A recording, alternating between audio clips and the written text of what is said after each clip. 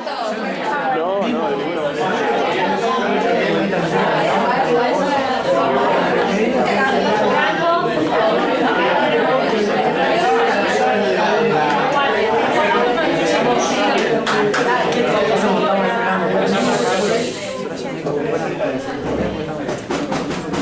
Bueno, buenas tardes a todos. Hoy vamos a hablar sobre la relación médico-paciente y vamos a hacerlo de manera lo más breve posible y lo más participativa posible, porque es un tema central, pero sobre el que vamos a volver, ¿verdad?, a lo largo del curso. Ya hemos hablado de algunas cosas que vamos a ver hoy, y este es el puntapié inicial para seguir hablando, porque de aquí en más vienen algunos temas que tienen directa relación, ¿verdad?, con este asunto, ¿verdad?, el tema de la relación médico-paciente. En una época, no sé si ocurre ahora, pero en una época cuando yo ingresé a la Facultad de Medicina en el año 70, hace ya varios años, 1970, se nos entregó en ese año a los estudiantes que ingresábamos a la facultad, se nos entregaron 2 folletitos chiquitos, ¿verdad? Uno que se refería a los consejos de Esculapio para los que ingresábamos a la Facultad de Medicina, y el otro referido a la ética que había que tener con los animales de experimentación. Nos regalaban a la entrada, subíamos la escalinata de la facultad, íbamos al anfiteatro o al salón de actos donde nos iba a recibir el decano, y nos regalaban esos 2 folletitos. Uno de los, más que consejo, una de las sentencias, ¿verdad?, de Esculapio para los romanos, Asclepio para los griegos, el dios de la medicina, dice esto: si te juzgas pagado lo bastante con la dicha de una madre, con una cara que sonríe porque ya no padece, con la paz de un moribundo a quien ocultas la llegada de la muerte, si ansías comprender al hombre, penetrar todo lo trágico de su destino, hazte médico, hijo mío. La verdad es que cuando uno ingresaba a la Facultad de Medicina el primer día y leía los consejos de Esculapio, le daban ganas de volverse a su casa y agarrar para otro lado, hacer otra carrera. Pero ahí estaban contenidos, ¿verdad?, con sabiduría, algunos de los principios fundamentales de la medicina que no han perdido vigencia a lo largo del tiempo.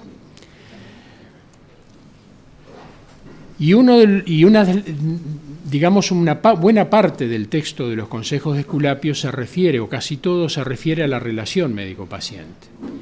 Todos sabemos lo que es la relación médico-paciente intuitivamente, pero vamos a tratar de definirla. La relación médico-paciente es el encuentro, es la interacción que se establece entre el médico y el paciente con motivo de una enfermedad. Es una relación interpersonal entre 2 personas, básicamente, aunque después vamos a ver que se complejiza y se agregan otros protagonistas. Es una relación profesional, compleja, multidimensional, que influye de manera preponderante en el curso de la enfermedad y en la eficacia del tratamiento. Es un encuentro, es una interacción, es un acto comunicacional. Es una comunicación que se establece, ¿verdad?, entre el médico y el paciente, con motivo de una enfermedad. Después vamos a ver que esta definición, en este punto, ha tenido algunos cambios. Es una relación interpersonal, profesional, es compleja, es multidimensional, hay muchas variables en juego, y nosotros pretendemos que ustedes se detengan fundamentalmente en la última parte de la frase, que influye de manera preponderante en el curso de la enfermedad y en la eficacia del tratamiento. De cómo se establezca la relación médico-paciente no solo depende el diagnóstico, sino que también depende el tratamiento, la eficacia del tratamiento y el curso de la enfermedad, cómo vivencia el paciente su enfermedad a punto de partida de la relación con el médico. La relación médico-paciente es un acto complejo, pero que no termina, sus influencias no terminan, ¿verdad?, cuando se acaba la consulta médica. Sus influencias se extienden mucho más allá. La adhesión de los pacientes a los tratamientos en esa adhesión influye de manera preponderante la calidad de la relación entre el médico y el paciente. Últimamente, la relación médico-paciente no solo se establece con motivo de una enfermedad. Muchas veces hay enfermedades silenciosas y el paciente cree que está en estado de salud. Ya hemos hablado aquí del estado oculto de la salud, que a veces no es un estado pleno de salud, sino que el paciente tiene enfermedades que de manera silenciosa van evolucionando sin dar síntomas. Pero en los tiempos modernos se ha hecho muy frecuente iniciar la relación entre el médico y el paciente a propósito, ¿verdad?, de los famosos chequeos médicos. Y esta frase ustedes la van a oír cuando se reciban, cuando sean médicos, la van a oír en muchísimas oportunidades. El paciente no solo viene a decirnos, doctor, me duele aquí, o tengo disnea, o tengo fatiga, me falta el aire, o me duele el pecho, o me arde al orinar, sino que muchas veces los pacientes vienen a decirnos, doctor, vengo a hacerme un chequeo. Y otras veces, ¿verdad?, vienen con síntomas indefinidos. Yo no sé si a ustedes, pero a mí, y por supuesto a las generaciones anteriores, nos enseñaron que debíamos traducir al lenguaje médico lo que siente el paciente. El paciente no viene con el lenguaje que nosotros habitualmente utilizamos. El paciente viene a decirnos que se cansa, que se fatiga, que le falta el aire. No viene a decirnos yo lo vengo a consultar por disnea. Y muchas veces los síntomas son muy vagos, son muy indefinidos. En realidad, voy a contar una experiencia personal, obviamente, ¿no? Yo he fracasado muchas veces en traducir al lenguaje médico lo que los pacientes me han venido a decir que es el motivo de la consulta. Porque el dolor muchas veces no es un dolor, es una molestia, es una puntadita. La fatiga no es la fatiga, la falta de aire, muchas veces es un me siento cansado. ¿Qué quiere decir que se siente cansado? Las historias clínicas habitualmente no traducen el lenguaje textual, ¿verdad?, que plantean los pacientes. Es muy raro, casi excepcional, que los médicos abramos comillas para poner una frase textual, ¿verdad?, de un paciente. Pero es capaz que es una práctica que hay que ir incorporando, ¿verdad?, a la clínica, a la práctica médica concreta. Es decir, poner lo que el paciente nos dice, que no siempre tiene una traducción médica, porque muchas veces son los síntomas indefinidos, lo que Laín Entralgo llamaba la amenaza del malestar, ¿verdad? Es decir, es un malestar que amenaza y que lleva al paciente a consultar al médico. Pero la relación médico-paciente muchas veces se interrumpe por nosotros mismos o por voluntad del paciente. La frase "usted no tiene nada", que es una frase muy habitual entre los médicos, es decir, luego de interrogado el paciente, luego de examinado, la relación médico-paciente muchas veces culmina abruptamente con un "usted no tiene nada". ¿Ustedes qué opinan de esa frase? ¿Tiene alguna lógica decirle a un paciente "usted no tiene nada" como conclusión final? ¿Qué les parece? Ese "usted no tiene nada" puede ser desde el punto de vista físico: usted no tiene nada físico, usted no tiene nada grave, o usted no tiene ninguna enfermedad orgánica, ¿verdad?, comprobable. Ahora, si nosotros pensamos en cómo debe sentirse un paciente cuando nosotros terminamos la relación con un "usted no tiene nada", ¿qué les parece a ustedes? ¿Cómo se sentirían ustedes si van a un médico con una molestia que les preocupa, porque se supone que nadie va al médico por deporte, ¿verdad? Y después de una consulta el médico les dice: vos no tenés nada, andate. ¿Esa les parece que es una relación médico-paciente que culmina de manera adecuada? Parecería que no, ¿no? Evidentemente, en la inmensa mayoría de los casos, esa relación médico-paciente termina mal, porque en definitiva, el usted no tiene nada es una frase que nosotros ponemos, ¿verdad?, para terminar la relación con el paciente, porque no hemos investigado lo suficiente o no hemos completado la frase. No tiene nada físico, no tiene nada orgánico, nada medible, nada que yo pueda comprobar.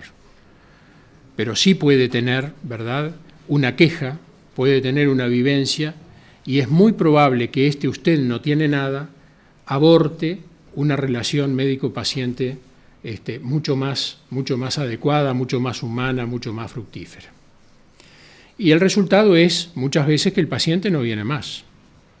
O sea, la relación médico-paciente se inicia por una enfermedad, se inicia por una molestia indefinida, se inicia por un chequeo y puede terminar no solo porque el paciente ya está curado, ¿verdad?, sino porque nosotros muchas veces terminamos la relación médico-paciente con una frase cortada con hacha, ¿verdad?, que en definitiva esconde nuestra incapacidad para seguir buscando la vivencia y el sufrimiento del paciente. Lo que ha ocurrido es que, en realidad, a punto de partida del desarrollo científico, de alguna forma se ha debilitado la relación médico-paciente. Aquí hay una balanza que está desbalanceada. El peso, ¿verdad?, está colocado en el platillo del desarrollo científico y tecnológico, y muchas veces la relación médico-paciente está mediada por la tecnología y le prestamos poca atención al vínculo que establecemos con el paciente. En realidad, la relación médico-paciente no se da, ¿verdad?, teóricamente y en el aire. En la relación médico-paciente no solo interviene el paciente, también interviene el personal asistencial. Es decir, nosotros no estamos solos en la relación médico-paciente. La relación médico-paciente está influida por quienes también colaboran con nosotros, los médicos, que es el resto, ¿verdad?, de los funcionarios de la salud, de manera preponderante gravitan en la relación médico-paciente, y también el entorno. Hay algunos autores que dicen que en realidad en este momento, más que hablar de una relación médico-paciente, debería hablarse de una relación médico-paciente-sociedad, porque la relación con el paciente está influida en una enorme cantidad de factores. Hay gente que decide la calidad de la relación médico-paciente.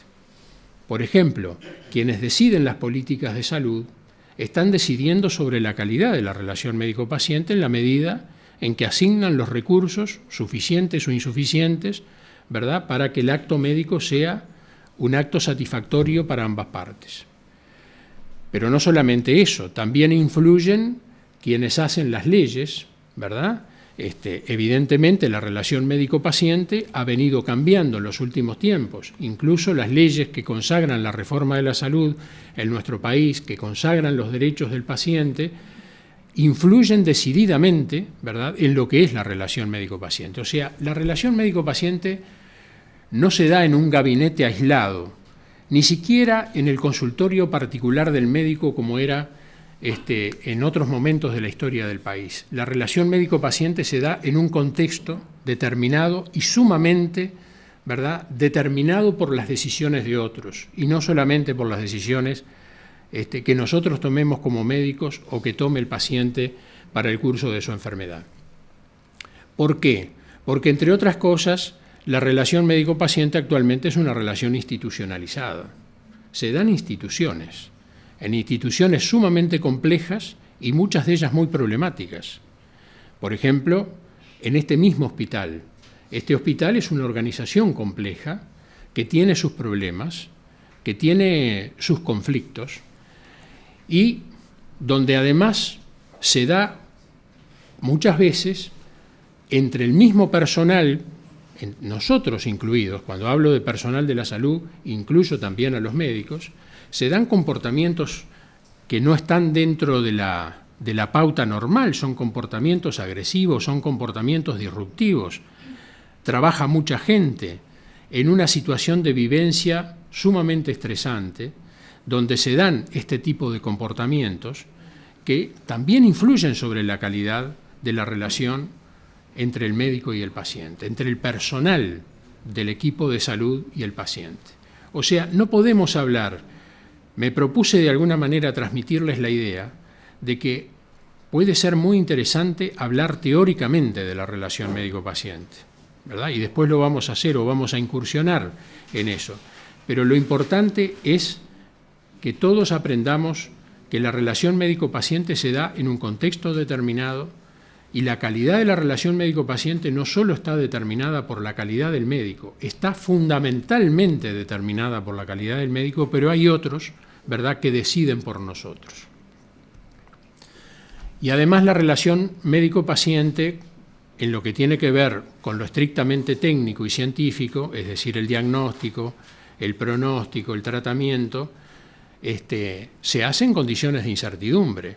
Las decisiones en medicina se toman en un contexto de gran incertidumbre. Yo no digo que sea una lotería, esta es una imagen simplemente representativa, pero no siempre estamos seguros de lo que le decimos al paciente porque no siempre estamos seguros de lo que diagnosticamos o del tratamiento que le indicamos. En esa relación médico-paciente también, de alguna manera, hay que tener una clara noción de cómo influyen las vivencias de los demás. Yo sé que ha circulado entre ustedes y nos han hecho llegar un video que a mí me gustaría que lo pudiéramos ver todos, para que vean lo complejo que es el sentir y lo complejo que es la vivencia en una institución de salud. Y en ese contexto es que se da la relación médico-paciente. Vamos a verla si a ustedes les parece.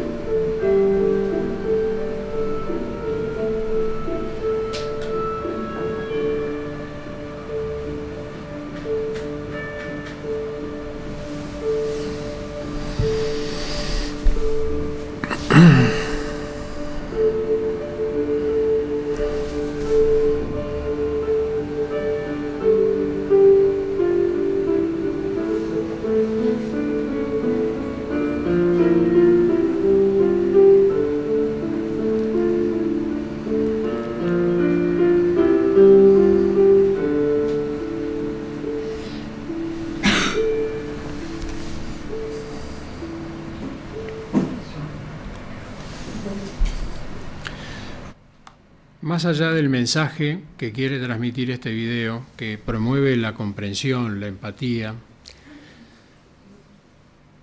nosotros lo traemos básicamente para mostrar algunas cosas. Primero, ¿dónde se desarrolla toda la escena? En un hospital. No hay exteriores, no hay tomas de exteriores. Se desarrolla en una institución. ¿Es una institución simple o es una institución compleja, por lo que ustedes vieron allí? Muy compleja. Allí hay una cantidad de protagonistas. Los médicos, el personal de salud, los enfermos, los familiares y amigos de los enfermos. Y hay también, ¿qué cosa? Aparte de los muchos protagonistas, hay distintas caras, distintas maneras de ver el servicio, hay distintas vivencias, no solo hay distintas enfermedades, hay distintas vivencias y además hay algo muy importante. En una institución compleja donde se desarrolla la práctica clínica hay distintas hay distintas expectativas. Todos van con distintas expectativas y en un momento determinado todos tienen distintas expectativas o están esperando algo. Sienten cosas distintas y tienen distintas expectativas. Incluso las expectativas que el video le atribuye al personal de salud, ¿les parece a ustedes que son muy ficticias o son reales? Son reales.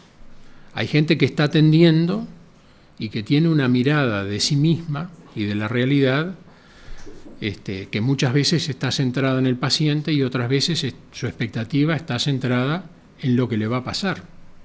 Pero este es el mundo real de la relación médico-paciente. No es el mundo teórico que muestran los libros, es el mundo real. Es en ese contexto que se desarrolla la relación médico-paciente y la relación médico-paciente se ve influida por todos esos factores. Pero fundamentalmente, además del contexto, vamos al segundo punto, la relación médico-paciente es un proceso comunicacional, es un proceso, no es un acto, es un proceso. Es decir, no es una instantánea, es un desarrollo, ¿verdad?, complejo, donde influyen afectos, donde influye la información que se pasan unos a otros, donde influyen las personalidades. Es multidimensional, hay muchas dimensiones y muchas variables en juego, como vimos en el video. Es transaccional, o sea, de alguna manera hay que tener en cuenta lo que el otro dice. Hay una transmisión de información y la teoría de la comunicación dice que el acto comunicacional se da cuando existe un emisor, que en este caso puede ser el médico o el paciente, existe un receptor, que en este caso también puede ser el médico o el paciente, y entre medio de ellos o entre ellos circula un mensaje que se da a través de un código compartido. Esto es lo que dice la teoría de la comunicación aplicable a todos los casos, incluso a la relación médico-paciente. Pero muchas veces hay ruido en la comunicación y entonces no nos entendemos. Y no siempre hay una retroalimentación, no siempre hay una devolución del otro. A veces la comunicación está interrumpida, ¿verdad?, porque hay alguien que no nos entiende. Pero por otro lado, en la relación médico-paciente no solo hay palabras, sino que hay un lenguaje no verbal. El lenguaje de la cara, el lenguaje de la mirada, el lenguaje de las manos. Nadie nos enseña, por lo menos que yo sepa, a decodificar, ¿verdad?, los mensajes no verbales que muchas veces nos emiten los pacientes. Porque muchas veces los pacientes no hablan, pese a que nosotros estemos, ¿verdad?, en situación de hacerles un interrogatorio, no hablan con palabras, pero sí hablan con gestos y con miradas. Lo cierto es que cuando dos personas se encuentran, como es el caso del médico y del paciente con ocasión de la consulta, todas las cualidades que hacen a la identidad de cada uno, sin quererlo, sin desearlo, se cuelan irremediablemente.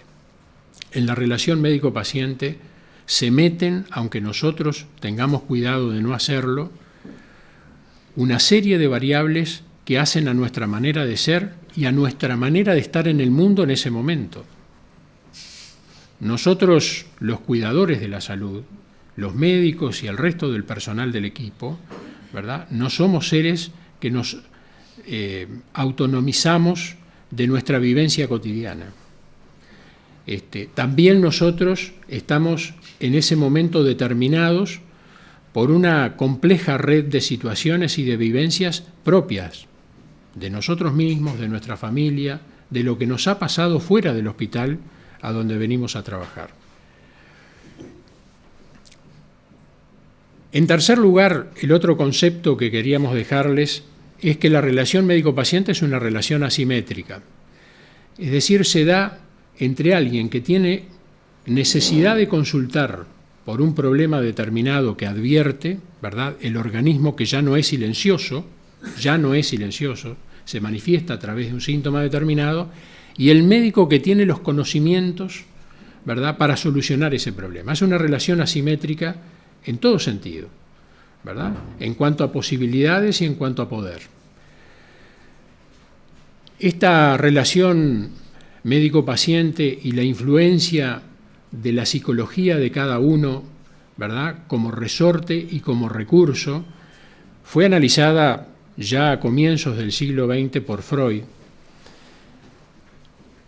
Y en la época en que nosotros estudiábamos, circulaba también entre los estudiantes de los primeros meses de la carrera un libro que no sé si ahora circula, en realidad yo no lo he podido encontrar en ningún lado, que se llama El médico, el paciente y la enfermedad, de Michael Balin, que definió que en la relación médico-paciente la palabra del médico, el gesto del médico, es un arma terapéutica. No solamente tenemos los medicamentos y la tecnología para diagnosticar y para tratar, sino que la palabra del médico surte un efecto terapéutico, y entonces acuñó la expresión la droga llamada doctor, para referirse al efecto terapéutico producido por el médico en su relación con el paciente. Ignoro por qué en este momento este libro, que es un muy buen texto, cayó en el olvido. Si lo encuentran por ahí en alguna librería de viejo o en alguna feria, con El médico, el paciente y la enfermedad, de Michael Balin, que es este señor que en realidad tuvo mucho suceso, porque incluso a punto de partida de su concepción y de su teoría, se formaron grupos, ¿verdad?, de análisis, de autoanálisis del personal de salud para el adecuado manejo de los sentimientos y de las vivencias puestas en juego en la relación con los pacientes. Cayó en desuso, ignoro por qué. Yo lo estuve releyendo hace relativamente poco tiempo y es un libro extraordinario. Laín Entralgo, un médico, antropólogo e historiador de la medicina español, decía que la relación entre el médico y el paciente consiste en un encuentro entre dos menesterosos, entre dos necesitados, un binomio menester-amor, alguien que necesita, ¿verdad?, que le resuelvan un problema o que le den una palabra, y otro que está necesitado de dar amor. Un enfermo es un carenciado y todo médico tiene como función satisfacer dicha carencia, decía Laín Entralgo. Esta es una concepción. Modelos de relación médico-paciente se han propuesto muchas. El modelo clásico es el modelo paternalista. El médico decide y el paciente acata, acepta. Después vino un modelo totalmente contrapuesto, que es el de la autonomía absoluta del paciente. Y actualmente estamos transitando un modelo intermedio, que es el modelo de la responsabilidad, donde tenemos que respetar la autonomía del paciente, pero que evidentemente el peso en la decisión no solo lo tiene la preferencia del paciente, sino también la opinión técnica y científica del médico. Pero cualquiera sea el modelo de relación médico-paciente que se adopte, el énfasis actual está puesto allí, en la responsabilidad del paciente y en las preferencias del paciente, en la elección del paciente. Y este es el cambio cualitativo más importante que ha tenido en los últimos tiempos la relación médico-paciente. El énfasis actual es puesto en el respeto y participación mutua de médico y paciente en la toma de decisiones sanitarias, y esto se asocia a una nueva visión del paciente, ahora capaz y autónomo, pese a estar enfermo, lo que a su vez genera un nuevo modelo de relación asistencial donde el paciente tiene un rol protagónico.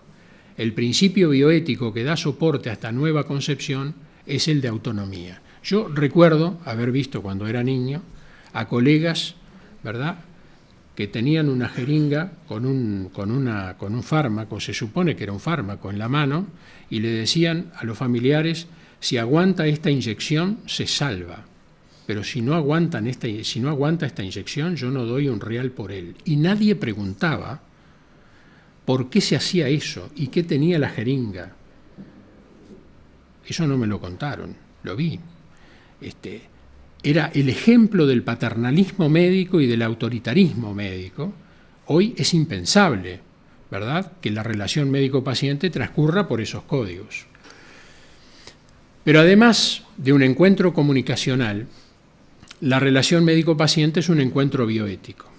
Y nosotros tenemos que tener clara conciencia, clara noción de que los principios de la bioética, que ya los vimos en sesiones anteriores, beneficencia, justicia, autonomía, no maleficencia, cruzan la relación médico-paciente, deben cruzar la relación médico-paciente. Y esa voluntad, ¿verdad?, del paciente, el tener en cuenta las preferencias y las decisiones de los pacientes en cuanto a los tratamientos a seguir fundamentalmente o los procesos de diagnóstico, tienen su expresión en el consentimiento informado. Recién se está implantando el consentimiento informado para para la inmensa mayoría de los actos médicos en la inmensa mayoría de las instituciones. El consentimiento informado, según el Colegio de Médicos Americanos, consiste en la explicación, no es un papel que se le da a un funcionario administrativo para que el paciente lo firme y acepte lo que le vamos a hacer, sino que consiste en la explicación a un paciente atento y mentalmente competente de la naturaleza de su enfermedad, así como del balance entre los efectos de la misma y los riesgos y beneficios de los procedimientos terapéuticos recomendados, para a continuación solicitarle su aprobación para ser sometido a esos procedimientos. Una adecuada relación médico-paciente debe contemplar este aspecto, el del consentimiento informado para aquellos actos de diagnóstico y de tratamiento que puedan poner en riesgo su vida. La presentación de la información al paciente debe ser comprensible y no sesgada. La colaboración del paciente debe ser conseguida sin coerción. El médico no debe sacar partido de su potencial dominancia psicológica sobre el paciente. Este es el cambio más importante en la relación médico-paciente en el mundo contemporáneo. Pero la relación médico-paciente no siempre fue así. Es una relación históricamente determinada y en este momento se han colado en la relación médico-paciente factores de frustración, de desencanto y de insatisfacción, como todos ustedes conocen. Primero, ha habido una introducción de factores económicos que no son de desdeñar, porque también cuidar los recursos es ético. Ha habido una atomización de la medicina en especialidades y la introducción de tecnología cada vez más compleja. Ha habido cambios en los usuarios y en la sociedad. El paciente hoy es mucho más informado y muchas veces nos viene con recomendaciones, por ejemplo, que baja de Internet. Está la judicialización de la medicina, o sea, en definitiva, todo el mundo de los reclamos y de las demandas. Eso ha traído como consecuencia un cambio de la relación médico-paciente que no pocas veces, no siempre, pero no pocas veces, ha terminado o puede terminar en frustración, en desencanto y en insatisfacción. Pero además, en la relación médico-paciente ha influido otro factor, además de todos los que mencionamos, y es que ha cambiado el perfil epidemiológico. Hoy predominan las enfermedades crónicas, y las enfermedades crónicas tienen algunas características que influyen en la relación médico-paciente que son muy importantes y que es necesario conocer.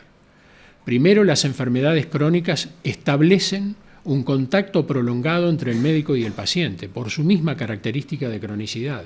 No es el paciente que tiene una enfermedad aguda y se cura con un fármaco determinado en un acto simple y único. La enfermedad crónica establece, ¿verdad?, un vínculo entre el médico y el paciente mucho más prolongado en el tiempo. A su vez, tanto el paciente como el médico van recibiendo información del otro de manera gradual. A medida que se van estrechando los vínculos, ¿verdad?, y se va prolongando el vínculo, hay transferencia de información. Ese acto comunicacional simple que veíamos al principio, emisor, receptor, mensaje, código, se hace cada vez más complejo y más íntimo. La atención se hace generalmente por el mismo médico. Ahí es donde hay que tener más en cuenta que la calidad de la relación médico-paciente es muy importante para la eficacia del tratamiento.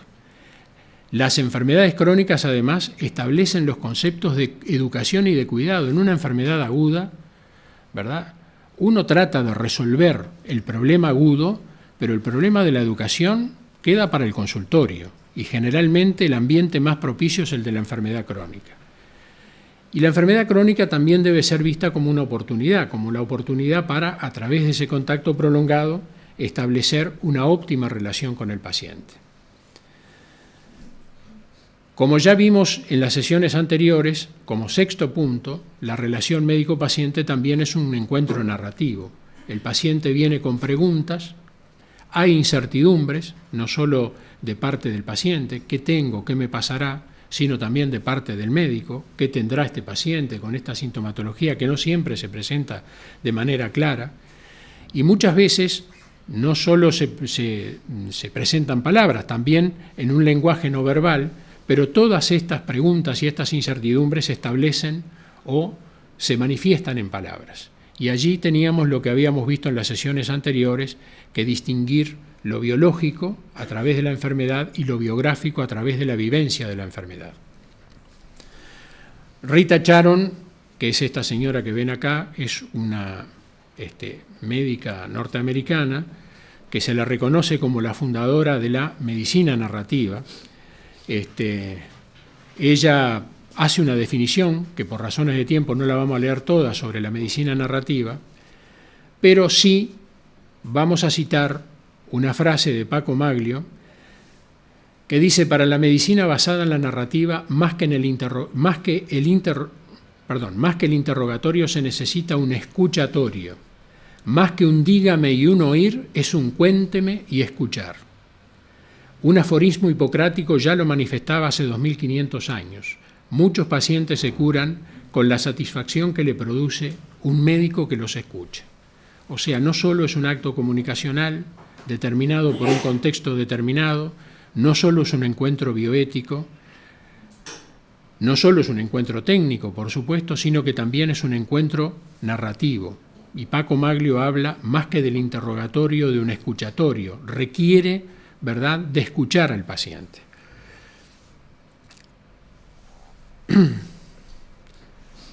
Como dice,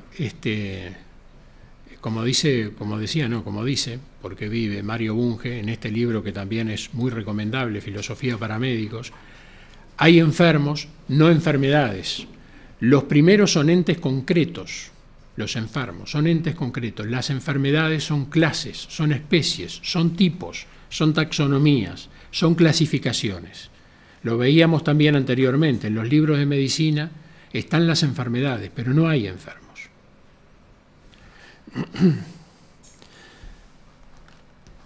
Pero también, y por último, la relación médico-paciente es una relación solidaria, comprensiva, humana. Nosotros habíamos invitado para este curso a Paco Maglio, que es un médico y médico antropólogo argentino. Desgraciadamente, por razones de salud, no va a poder participar, no lo vamos a tener entre nosotros, pero yo les traigo este video muy breve, donde Paco Maglio habla de su concepto, ¿verdad?, de médico y su concepto de escuchatorio en lugar de interrogatorio. Como decía Sorín, para la novedad los clásicos. La novedad sería, ¿qué es ser médico ahora? Bueno, remontémonos a los clásicos. Sócrates decía que un médico tiene que tener dos condiciones. Una es sus conocimientos y habilidades, es decir, una aptitud para curar la enfermedad. Y a eso Sócrates en griego lo llamó tekneia trike, arte de curar. Pero sabiamente advertía que con eso solo no es médico. Necesita además ya no la aptitud, la actitud de persona que cuida a otra persona y además la cura. Y a eso lo llamó medeos. En griego, médico, medeos. Primero, persona. Segundo, que cuida. Tercero, a otra persona y además la cura. Hay la diferencia entre el curar y el cuidar, entre la tekné y el medeos. A esa condición, esa actitud, la llamó medeos. Y los latinos, en esa pomposidad que tenían para definir las cosas, decía vir bonus medendi peritus. ¿Qué quiere decir en latín eso? Médico. Buena persona, perita en el arte de curar. Es decir, las dos etimologías milenarias primero privilegian la circunstancia de ser buena persona y después médico. Cuando a mí me dicen atenderte con fulano, que es un gran especialista, pero como persona más o menos, no voy. Y les sugiero que no vayan. Nadie en su profesión es mejor de lo que es como persona. Si es un mal tipo, va a terminar siendo un mal profesional, un mal médico, un mal ingeniero, cualquier profesión que elija. Creo que somos unos privilegiados de la vida los médicos. ¿Por qué? Porque encontramos el sentido. La vida es la búsqueda del sentido, como bien decía Víctor Frank. Y nosotros el sentido lo encontramos por y para los demás. Somos médicos, como yo egresado de una facultad pública del Estado, somos agradecidos y estamos por nuestros padres, por nuestro esfuerzo, pero por los demás. Eso se ha pagado con un impuesto del pueblo. Y ese es un impuesto que lo tenemos que devolver, es un impuesto más que económico, es un impuesto moral. Entonces estamos por los demás y vivimos para los demás. Por los demás y para los demás. Ese es el sentido, por eso en cuanto a profesión es un privilegio que nos ha dado la vida. La medicina es la más humana de las ciencias y la más científica de las humanidades. Raramente, quizás la única vez en que se conjuga tanto lo técnico y lo humano. Técnico sin lo humano es tecnicismo. Humano sin técnica es inoperante. La medicina tiene que ser una vocación, no un negocio, una vocación. Por supuesto para poder vivir dignamente, pero primero una vocación que se debe ejercer tanto con el corazón como con el cerebro. Razón y sentimiento. Un sentimiento, una razón sintiente, decía Zubiri. El dualismo cartesiano nos ha hecho mucho daño. Tenemos que atender con el corazón y con la mente, con ambas cosas. Y para eso tenemos que del interrogatorio pasar al escuchatorio, un neologismo que tiende a atender al paciente en sus 4 esferas, en la esfera humana como biológico, en la esfera humana como mental, en la esfera humana como social y en la esfera humana como espiritual, de esas 4 esferas. Y para eso necesitamos el escuchatorio. Cuando le preguntan a Marañón qué hizo progresar más la medicina, dijo la silla. Porque pasó alegóricamente de alguien que interroga a otro que está abajo a 2 que se sientan juntos.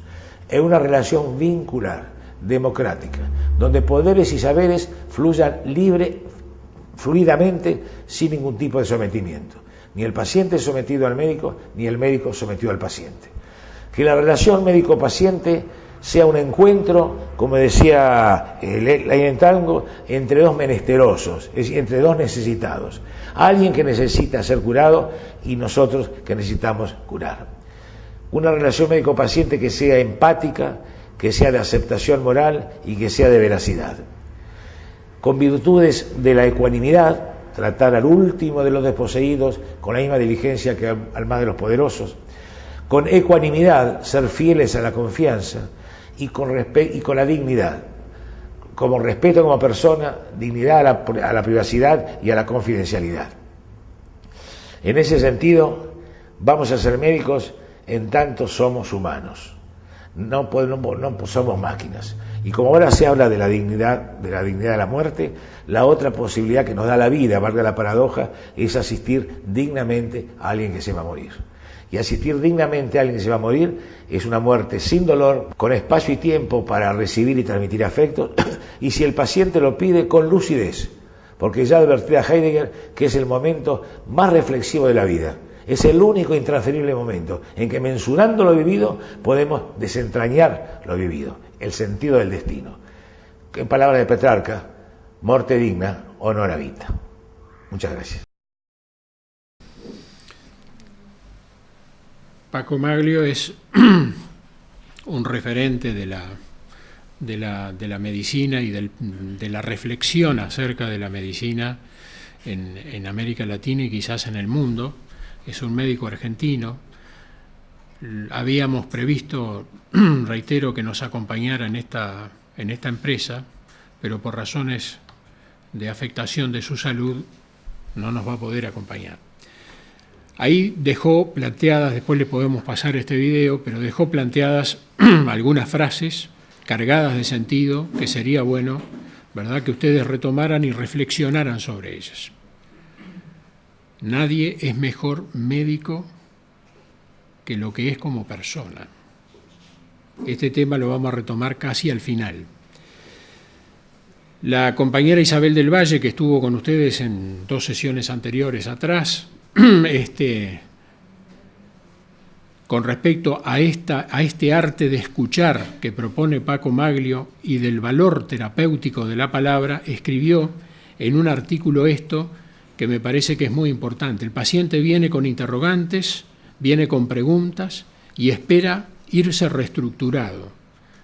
Viene fragmentado y espera irse unido. Una atención profesional satisfactoria va más allá de una gestión sobre el cuerpo. El enfermo espera de su médico no solo medicinas y procedimientos, espera que su palabra lo reordene internamente, que le permita restablecer esa lógica interna con la que desarrollaba su vida e insertar ese evento disruptivo en el hilo de su biografía.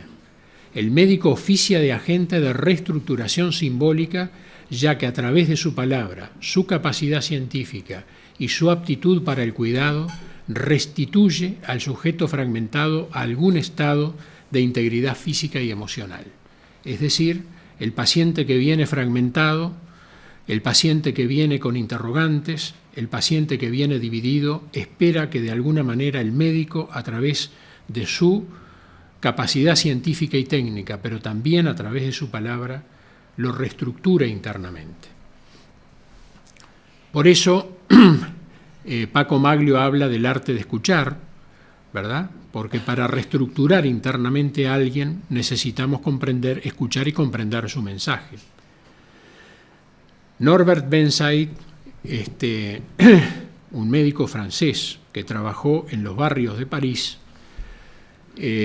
nos plantea un desafío y dice: el enfermo se sienta, habla, el médico lo escucha, lo examina, diagnostica, prescribe un tratamiento y estudios complementarios. Tal el esquema clásico.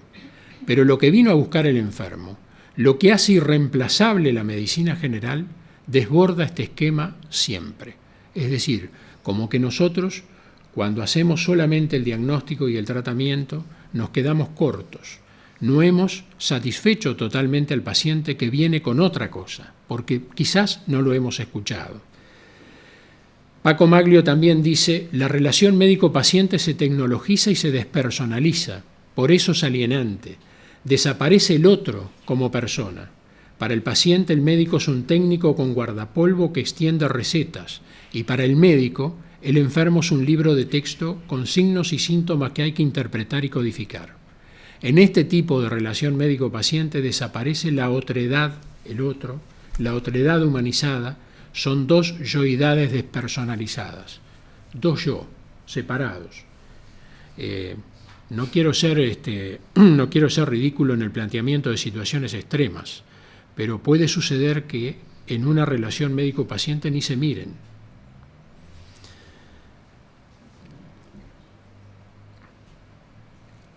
Obviamente, en la relación médico-paciente también hay patologías. Estas no son situaciones ideales, esto puede darse. Hay autores que han llamado o han, mejor dicho, invocado en la relación médico-paciente dos patologías que son el síndrome de Hermógenes y el síndrome de Adriano. Hacen referencia a esta obra, Memorias de Adriano, de Marguerite Yourcenar, donde el emperador Adriano recurre a su médico Hermógenes, y allí se dan situaciones que están descritas con maestría por esta escritora, y entonces hay algunos autores que hablan de las patologías de la relación médico-paciente a través de estos dos síndromes. El síndrome de Hermógenes definido como cualquier clase de padecimiento del paciente que sea ocasionado por una actitud deshumanizada del médico o del sistema de salud ante la enfermedad y el sufrimiento humanos. Adriano sufre incluso la fragmentación de su imagen de poder, y Hermógenes no le da importancia a eso. Hermógenes le habla de la sangre y de la linfa. Adriano tenía una insuficiencia cardíaca terminal. Entonces se habla del síndrome de Hermógenes refiriéndose al médico de Adriano como cualquier clase de padecimiento del paciente que sea ocasionado por una actitud deshumanizada del médico del sistema de salud, del médico o del sistema de salud. Y el síndrome de Adriano es un poco la contracara, porque esto también existe. Esto también existe y ustedes lo van a reconocer, seguro si ya no lo han visto. Dícese de toda actitud prepotente, arrogante o deshumanizada del paciente, sus familiares, sus representantes legales, los responsables de su seguridad social u otros, que pretenda menoscabar injustamente la importancia y la calidad del acto médico realizado por un profesional ético y competente. Es decir, de este lado, del lado del médico, parece estar todo bien, pero la relación médico-paciente está frustrada, está de alguna manera interrumpida por actitudes del propio paciente. Muchas veces no son actitudes propias del paciente, sino que son inducidas por terceros. Por ejemplo, en el caso de la judicialización de la medicina, inducidas, ¿verdad?, por un comercio establecido por abogados. Ustedes han visto esta serie, ¿sí? ¿Reconocen a este señor? Doctor House.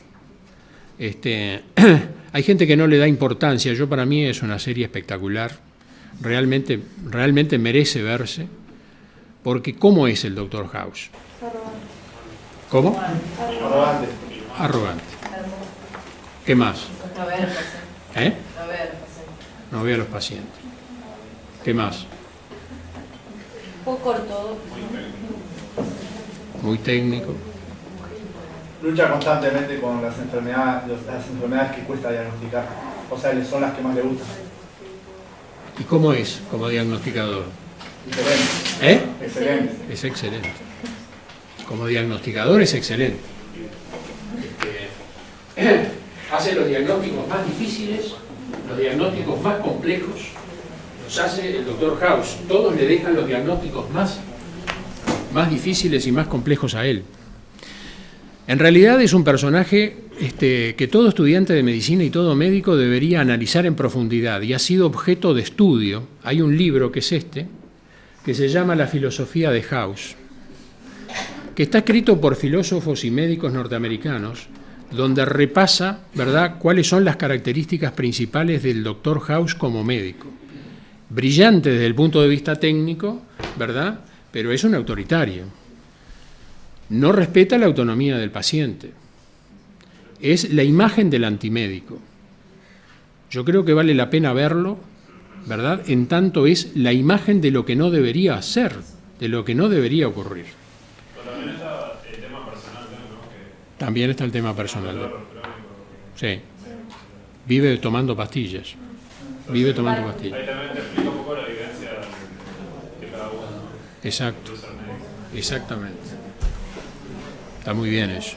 Está muy bien. O sea, el médico no es un ser caído del cielo que, independientemente de su condición, debe ejercer la medicina de manera perfecta, ¿verdad?, y sin comportamientos disruptivos o comportamientos raros. El médico, personalizado en la figura del Dr. House, también puede tener un sufrimiento. El médico también sufre, porque acá hemos hablado mucho del sufrimiento del paciente, pero el médico también tiene sufrimiento. Bueno, Y para terminar, yo creo que estos son los 3 elementos sustanciales de una buena relación médico-paciente. Sí, a ver. No, con respecto a Iván, el anterior, que para decir nomás que yo, por ejemplo, si estoy padeciendo una enfermedad o algo, y estoy entre que me atienda House, que como persona, como médico, así, la relación médico-paciente no es para nada lo ideal, pero es un excelente diagnosticador, y hay otro médico que me trata re bien y perfecto, pero no tiene la experiencia, bueno, o la actitud de House, no sé, yo personalmente preferiría House. Ya está, que me trate, que me... Está bien. ¿No? Está bien. Lo ideal es que la persona concentre, ¿verdad?, los dos atributos. El atributo de la capacidad técnica y el atributo de la capacidad humana. Eso que vos planteás está muy bien, porque, por ejemplo, en este libro hay un pasaje que no sé si lo encuentro ahora, pero es un pasaje donde uno de los personajes, concretamente Foreman, ¿verdad?, le recrimina a House, o mejor dicho, reconoce en House lo que es un gran diagnosticador, pero también genera rechazo. Seguro. Foreman le dice a House, para ser un médico como tú, tengo que ser un ser humano como tú. No me quiero convertir en vos, no me quiero convertir en ti. O sea que en realidad causa admiración por su capacidad técnica, pero genera, como ustedes dicen, rechazo por su deshumanización. Y estos son, a modo de síntesis, los 3 elementos básicos de una relación médico-paciente. La silla, como dijo Paco Maglio, citando a Marañón, es el adelanto más importante de la medicina, porque cuando el hombre se sienta, piensa y escucha, o se supone que piensa y escucha. Las orejas, para oír, hay que escuchar a los pacientes, y el tercer elemento es la puerta. La puerta es muy importante. Para ustedes en la práctica cotidiana, la puerta va a ser muy importante, porque la puerta se abre y la debe abrir el médico, no andar desde el escritorio a los gritos, ¿verdad?, convocando a los pacientes por su nombre o por su apellido o por su número. Hay que abrirla, la puerta. El médico tiene que abrir la puerta con su mano y saludar al paciente, y después la puerta también permite salir, y nunca, por más que la relación médico-paciente no haya sido satisfactoria para ustedes, nunca den un portazo. El portazo es la antesala de una demanda y es la antesala de una culpa. Cuando uno da un portazo a un paciente, no solo queda vulnerable porque la relación ha sido mala y puede haber una demanda, sino que además uno se siente mal, se siente con culpa. Usen la puerta de manera adecuada. Bueno, gracias. Antes de terminar, les voy a leer una parte de un relato para que ustedes después, divididos, si tenemos tiempo, para que divididos en 2 o 3 grupos, hoy no son tantos, lo analicen a ver qué les sugiere este relato. No lo tengo impreso, pero se los leo con detenimiento. Un rato antes del mediodía entra a mi cuarto una mujer muy atractiva, morocha y de pelo largo. Aunque usa delantal blanco, nadie podría confundirla con una enfermera. En parte porque no lleva cofia blanca y los zapatos reglamentarios, pero sobre todo por la forma de caminar, tranquila, segura, sin apuro. En el bolsillo izquierdo tiene una lapicera Fuente. Las enfermeras, a lo sumo, tendrán viromes. Mucho gusto, soy la doctora Sánchez Ortiz, me dice, y me estrecha la mano con tanta fuerza como si fuera un leproso al que hay que demostrarle que no contagia. El doctor Goldfarb y yo hemos tomado su caso y nos vamos a ocupar de usted. La doctora se asoma a la puerta y llama a alguien que, a juzgar por las voces que vienen del pasillo, parece estar entretenido conversando con una de las enfermeras. El doctor tiene más o menos mi edad y parece muy amable. Es del tipo de los médicos chistosos. Cada vez que hace una broma, guiña el ojo derecho para que no queden dudas. Me pone el termómetro, me toma el pulso, me ausculta. Flor de batería, dice guiñando mientras desliza el estetoscopio sobre mi pecho. Cuando un médico anuncia sus chistes, entiendo que uno tiene la obligación de reírse. Les explico que soy paciente de otro médico, pero no me escuchan. Entran a la habitación otros médicos, muchos médicos, lo pueden aplicar a ustedes que son estudiantes en el aprendizaje, muchos más de los que deseo. Se apretujan contra las paredes, se sientan sobre mi cama en la mesa de luz. La doctora Sánchez Ortiz se acomoda sobre mi almohada cruzando las piernas que son lindas. La doctora carraspea para imponer silencio y en voz muy alta inicia su exposición. Habla de mí señalándome inútilmente con el dedo. Entre tantos médicos, el único paciente soy yo. Los otros asienten con la cabeza y a veces sonríen para que se note que están siguiendo sus palabras. Sin embargo, a los que están distraídos se los reconoce por los ojos. Tienen la mirada baja, dirigida a las piernas de la doctora y no a su cara. Ahora la doctora me palpa el vientre apretando con más fuerza en ciertas zonas. Con una lapicera roja marca ese punto, precisamente ese. Invita a palpar a los demás. Los desplazamientos me hacen pensar en un colectivo muy lleno que llega a una parada. Van pasando de a uno y presionan mi vientre donde más me duele. Cada vez que me aprietan la crucecita roja, repito con más ganas el ay que puso contenta la doctora. Este es un fragmento de una novela breve, muy jugosa porque es irónica y tiene mucho humor, que se llama Soy paciente, de una escritora argentina que se llama Ana María Suá. No sé si podrán recordar todas las características, en realidad es una escena cinematográfica y conocida por todos. Reúnanse en 2 o 3 grupos y digan qué problema encuentran en esta relación médico-paciente.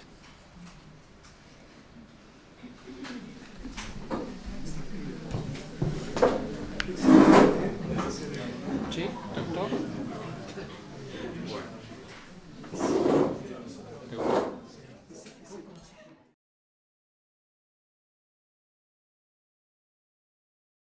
Bueno, empezamos.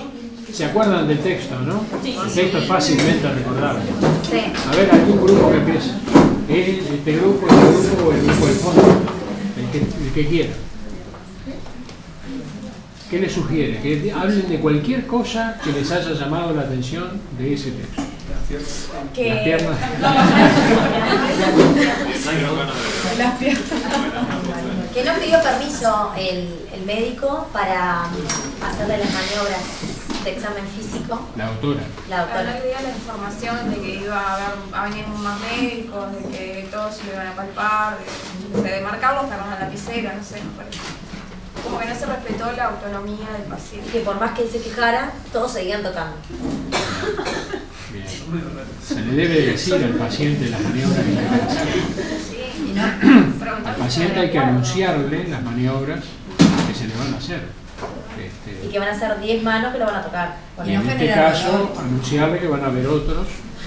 claro, ocuparle su espacio también, su privacidad, su cama, su mesa de luz, o sea, lo invadieron. ¿No? Lo invadieron. Muy bien.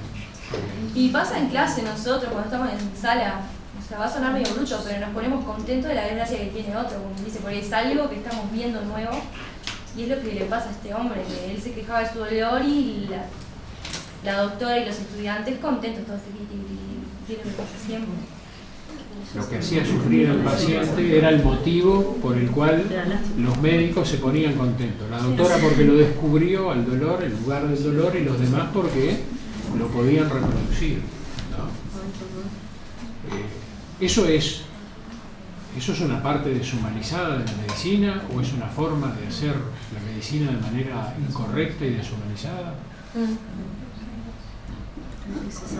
También yo creo que como estudiantes a veces en la emoción de repente ir a escuchar un soplo que decíamos nosotros, de poder ver que estamos logrando cosas, nos olvidamos que del otro lado hay una persona que está con una enfermedad.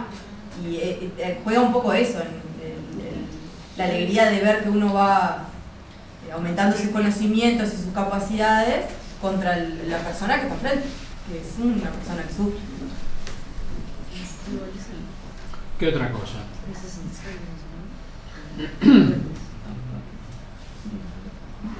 En la relación médico-paciente. Está mal contextualizado. ¿Cómo? Está mal contextualizado todo el escena. ¿En qué sentido? En muchos sentidos. El tema de que la doctora no tenía una túnica, no estaba presentada de forma acorde. Todo el tema de que había mucha gente, muchos estudiantes. Bien. Creo que eso es la realidad, pasa todos los días con nosotros. Me parece que no solamente es avisarle al paciente, sino preguntarle si está de acuerdo. Porque muchas veces pasa, por ejemplo, que algunos docentes dicen, bueno, ahora van a pasar los doctores y los van a escuchar un poquito, pero preguntarle, ¿está de acuerdo? ¿Tiene algún problema con eso? Sí. ¿Y se gana con eso también? Aparte de respetar la identidad del paciente, ¿se gana con eso? Se gana la adhesión del paciente, ¿no? Colabora. Y la que colabore. Porque a veces hay maniobras semiológicas que necesitan de la colaboración del paciente. Se gana la colaboración del paciente. A ver, vos que sos docente, a mí, a ver, ¿qué? Que también nos ha pasado muchas veces de nosotros preguntar si el paciente quiere ser interrogado o de hacerle algún tipo de examen físico, algo que nos han dicho que no.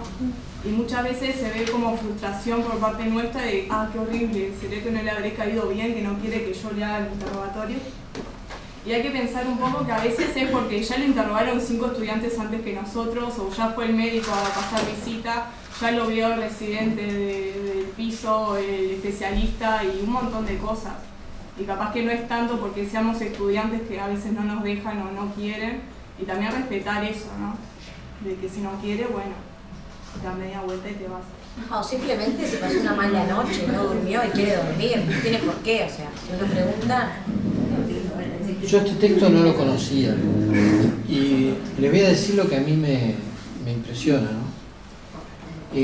A mí me da la sensación como que el tipo estuviera encerrado atrás de un vidrio, él ve hacia afuera lo que pasa en un espectáculo médico,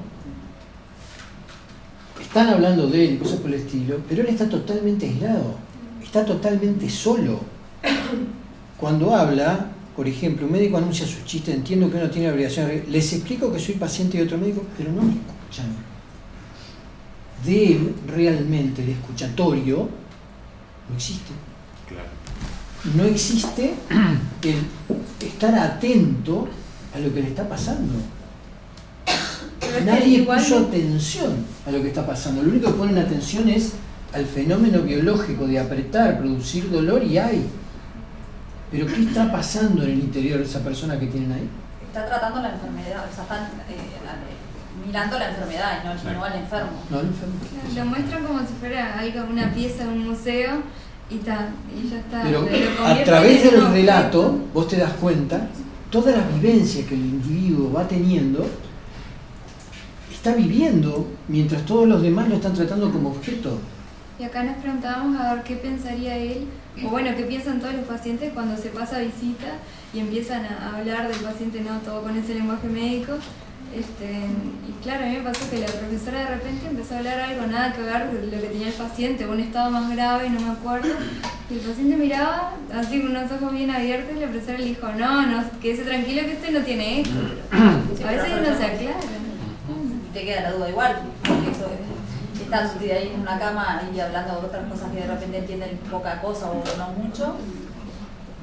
¿Cómo te quedas tranquilo que en realidad no te estaban hablando de vos? Lo que es brutal es la pasividad del pobre hombre, allí quietito, todo el mundo le hace doler, y él quietito, y nadie puso la menor atención en lo que le está pasando.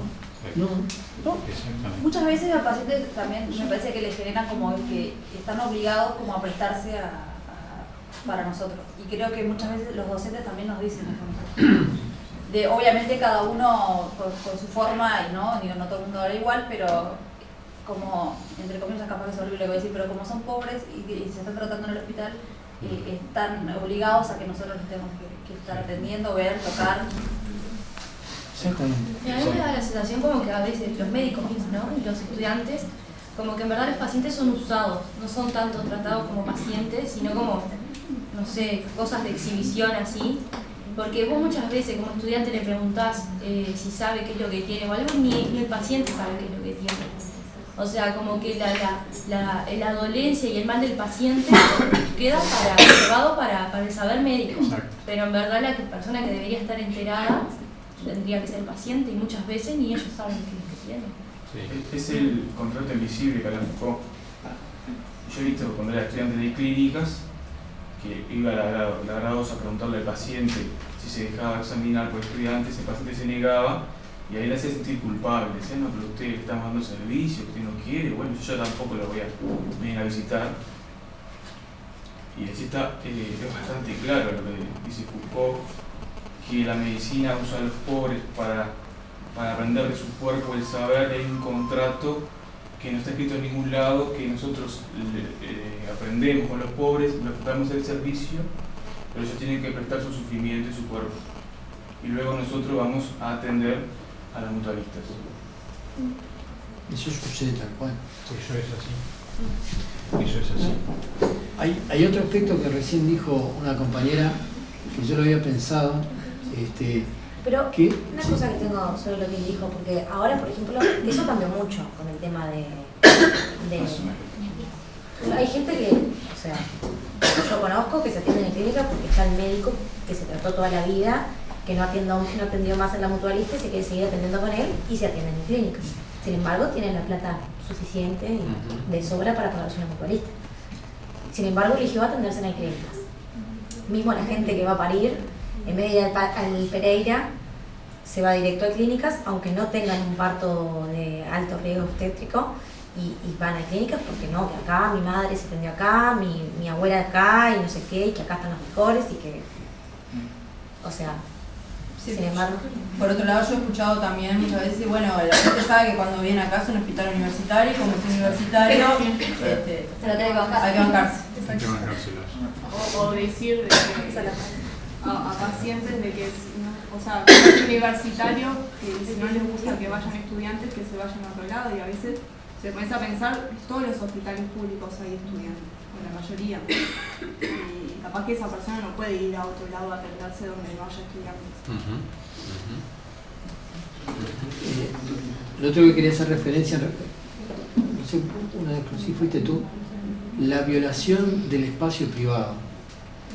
Hay una cosa que sucede, normalmente nosotros tenemos no solamente nuestro cuerpo, sino nuestro ámbito inmediato, nuestro hábitat, que es como pertenencia nuestro, y es hasta irrespetuoso cuando alguien se acerca mucho a determinada persona.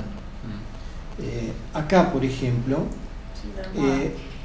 no sé dónde está el detalle de la abajo, entran a la habitación otros médicos, muchos más que los que deseo.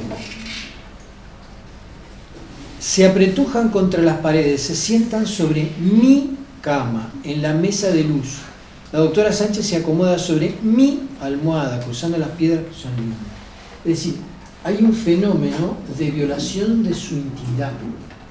Cuando uno está enfermo, también requiere cierto grado de intimidad. Y eso está siendo violado. ¿Por qué? Por la cantidad de gente que entra, por gente totalmente extraña, mucha más gente que la que yo deseo. Porque él desea algo, pero nadie lo escucha que es lo que desea.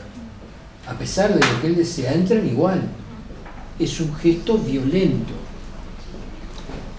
Lo otro que es interesante analizar es que lo vamos a retomar, creo, en determinado momento después cuando hablemos de narcisismo médico, es la postura de esta mujer.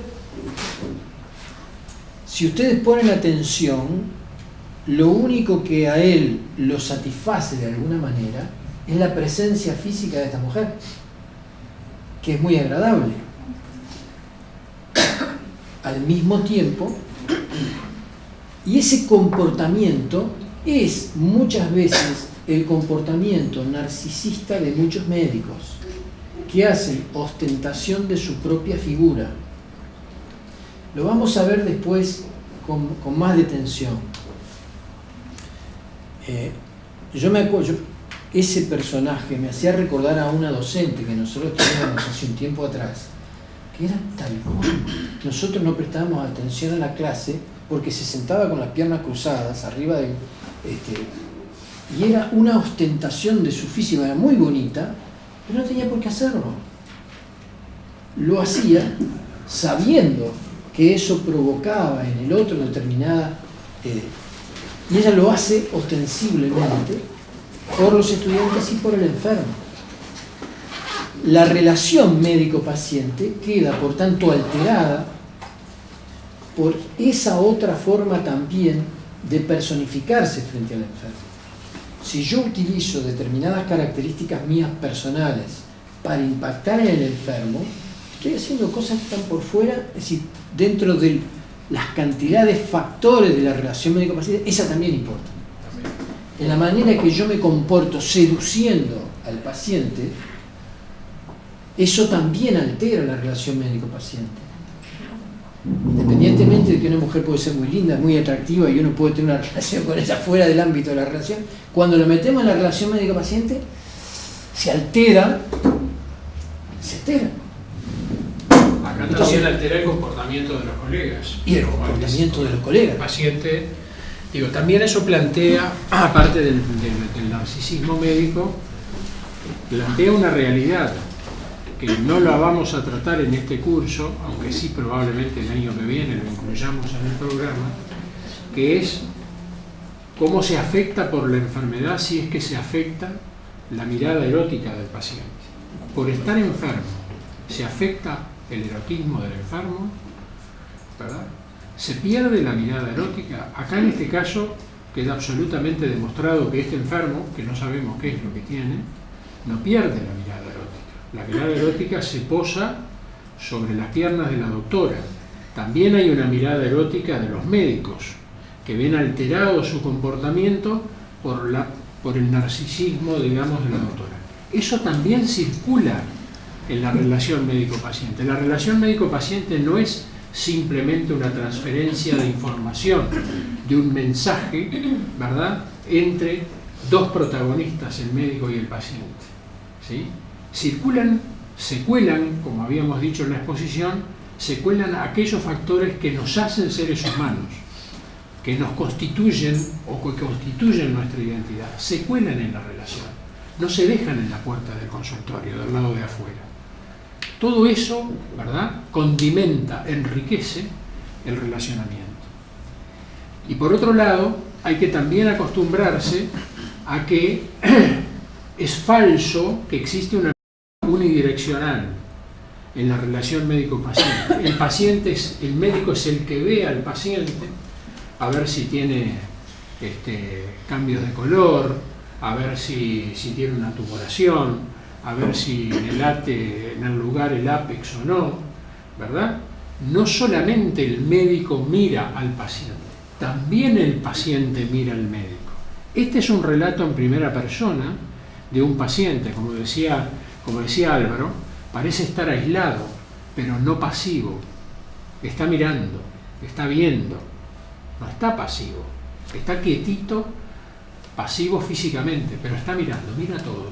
O sea que cuando nosotros estamos con un paciente, no solo nosotros miramos al paciente, el paciente también nos mira a nosotros. Y no nos mira en cuanto a objeto, no. Nos miran tantos seres humanos. Sí. Nos lucimos como seres humanos. Sí. Bueno, nosotros ahí estamos mirando al paciente como objeto. Exacto. El otro tema es el médico chistoso. El médico que cree que la forma de aproximarse es un chiste banal. no hay cosa que les caiga peor a los pacientes a veces que los chistes banales. Lo que el paciente quiere es que lo escuche. Claro. No es ningún chiste para abreviar y salir por la tangente para no ver al paciente. Porque de eso se trata ese chiste. Es un chiste pavo para ponerle el estetoscopio y estarlo escuchando y que el tipo se calle, se quede quieto. ¿Se entiende? Todas estas cosas, esto está porque es la realidad. Ahí está la realidad. Este es el... Y esta mujer no es médica, es una escritora, ¿no? Sí, es una escritora. Seguramente donde saca esto, de experiencias personales que ella ha tenido. Sí. Es buenísimo el texto, ¿eh? Yo no lo conocí para nada. Bueno, váyanse pensando en estas cosas que son... Porque siempre se habla mucho de la relación médico-paciente, pero en términos teóricos. Sí, escucha una cosa.